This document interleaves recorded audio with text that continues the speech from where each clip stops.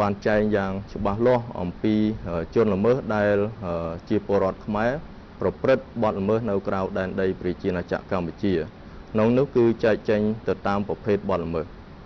ចំពោះបទឧក្រិដ្ឋវិញគឺថាជនល្មើសដែលជាពលរដ្ឋខ្មែរប្រព្រឹត្តនៅក្រៅដែនដីប្រជាណាចក្រកម្ពុជាគឺច្បាប់ព្រហ្មទណ្ឌកម្ពុជាមានអនុភាពអនុវត្តទៅលើ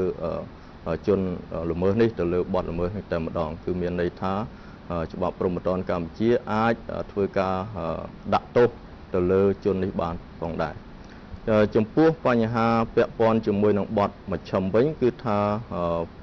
ពលរដ្ឋខ្មែរដែលជាជនល្មើសប្រព្រឹត្តនៅក្រៅប្រទេស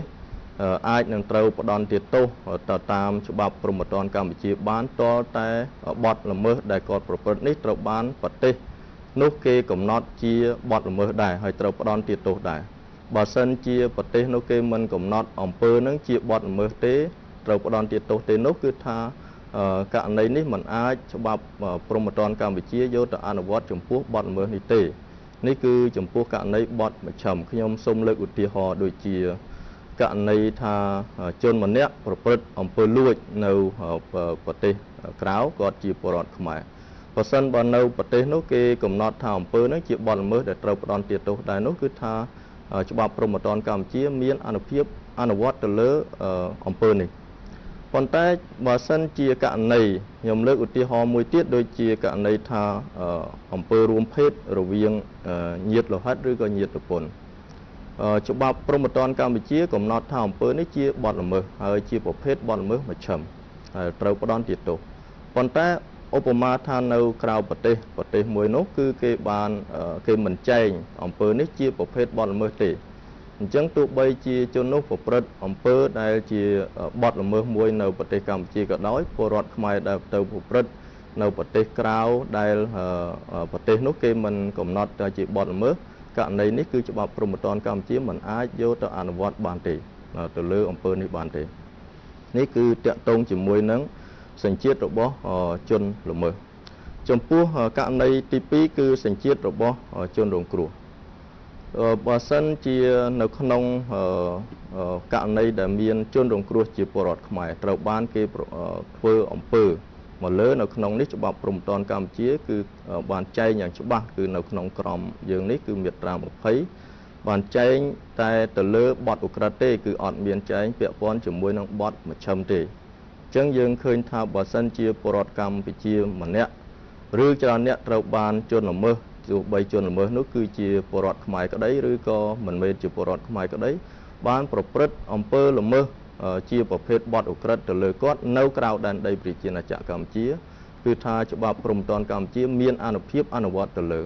ប៉ុន្តែបើសិនជាប្រព្រឹត្តបទមជ្ឈិមគឺនៅក្នុងក្រមនេះគឺអត់បានចែងថាអាចមានអនុភាពអនុវត្តទៅលើទេអញ្ចឹងគឺតាក់ទងជាមួយនឹងសញ្ជាតិរបស់ជនរងគ្រោះដែលជាពលរដ្ឋខ្មែរនេះគឺថាសម្រាប់តែករណីដែលប្រព្រឹត្តបទឧក្រិដ្ឋតែប៉ុណ្ណោះដែលគេប្រព្រឹត្តទៅលើគាត់នៅក្រៅដែនដីប្រជាណាចក្រកម្ពុជាហើយចំពោះនីតិវិធីចោទប្រកាន់តាក់ទងជាមួយដំណើរការនីតិវិធីវិញគឺថាករណីទាំងពីរដែលខ្ញុំជម្រាបជូនអំបញ្ញមិញទោះបីជាគាត់ជាជនល្មើសដែលពលរដ្ឋខ្មែរក៏ដោយឬក៏ជាជនរងគ្រោះពលរដ្ឋខ្មែរក៏ដោយអាចចោទប្រកាន់ឬក៏ដំណើរការនីតិវិធីបានទាល់តែខាងស្ថាប័ននៃការជាអ្នកធ្វើការប្តឹងចោទហើយនឹងនៅការប្តឹងចោទរបស់ស្ថាប័ននៃការនេះធ្វើទៅបានទាល់តែមានបណ្ដឹងអំពីជនរងគ្រោះឬក៏ពីសិទ្ធិវ័នឬក៏មានបណ្ដឹងបរិហារជាផ្លូវការរបស់អាជ្ញាធរនៃប្រទេសដែលជាទីកន្លែងដែលបានប្រព្រឹត្តអំពើនោះអញ្ចឹងនេះគឺជាលក្ខខណ្ឌដើម្បីដំណើរការនីតិវិធីព្រោះថាបើសិនជាមិន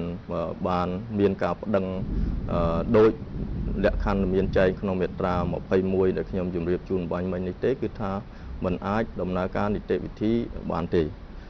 ចំពោះចំណុចមួយទៀតជាចំណុចសំខាន់ក្រៅពីសញ្ជាតិរបស់ជនល្មើសនិងជនរងគ្រោះនេះគឺថាច្បាប់ព្រហ្មទណ្ឌកម្ពុជាមានអនុភាពអនុវត្តទៅលើចំពោះបទល្មើសដែលប្រឆាំងនឹងប្រជាណាចក្រកម្ពុជាក្នុងនោះគឺយើងពិនិត្យឃើញមានចំនួន5ប្រភេទដែលនៅក្នុងក្រមព្រហ្មទណ្ឌបានចែងនៅមាត្រា22គឺទី1គឺបទល្មើសប្រឆាំងនឹងសុវត្ថិភាពនៃប្រជាណាចក្រកម្ពុជាទី2គឺបទល្មើសក្លែងត្រាផ្លូវការនៃប្រជាណាចក្រកម្ពុជា ទី3គឺបទល្មើសក្លែងរូបិយវត្ថុនិងធនប័ត្រជាតិដែលមានតម្លៃស្របច្បាប់នៅប្រជាណាចក្រកម្ពុជាទី4បទល្មើសប្រឆាំងនឹងភ្នាក់ងារទូតឬភ្នាក់ងារកុងស៊ុលនៃប្រជាណាចក្រកម្ពុជាទី5គឺបទល្មើសប្រឆាំងនឹងទីតាំងទូតនិងកុងស៊ុលនៃប្រជាណាចក្រកម្ពុជាបាទទាំងអស់នេះគឺសុទ្ធតែជាប្រភេទបទល្មើសដែលច្បាប់ព្រហ្មទណ្ឌកម្ពុជាមានអនុភាពអនុវត្តទៅលើបាទសូមអរគុណចា៎ជាចុងក្រោយតើអាដាមភៅសម្ភារនិងអាដាមកើតរិទ្ធមានអ្វីជាបន្ថែមចំពោះវិធានបတ်របស់យើងថ្ងៃនេះតកតងនឹងការអនុវត្តច្បាប់ព្រហ្មទណ្ឌដែលខ្ញុំបាទមិញមានឱកាសបានជម្រាបជូនរួចមកហើយថាការអនុវត្តច្បាប់ព្រហ្មទណ្ឌនេះជាពីរដំណាក់កាលដែលដំណាក់កាលទី1គឺសំដៅទៅលើការអនុវត្តបទបញ្ញត្តិទូទៅដែលមាន182មាត្រាចែងនៅក្នុងគន្ថៃទី1នោះគឺអនុវត្តភ្លាមក្រោយការចូលធរមាននៃក្រមព្រហ្មទណ្ឌនេះគឺអនុវត្តតាំងពីថ្ងៃទី20ធ្នូឆ្នាំ2009ការអនុវត្តបទបញ្ញត្តិនេះគឺមិនមែនអនុវត្តសម្រាប់តែក្រមព្រហ្មទណ្ឌនេះទេគឺច្បាប់បញ្ញត្តិទូទៅនេះត្រូវយកទៅអនុវត្តចំពោះគ្រប់បទបញ្ញត្តិព្រហ្មទណ្ឌដោយឡែកទៀតលើកលែងតែបទបញ្ញត្តិចែងផ្ទុយពីនេះដូច្នេះបើសិនប្រៀបធៀបជាមួយបទបញ្ញត្តិដោយឡែកដែលខ្ញុំបានលើកឡើងដែរប្រភេទនៃបញ្ញត្តិព្រហ្មទណ្ឌដោយវាមានតាក់ទងជាមួយនឹងច្បាប់ព្រៃឈើ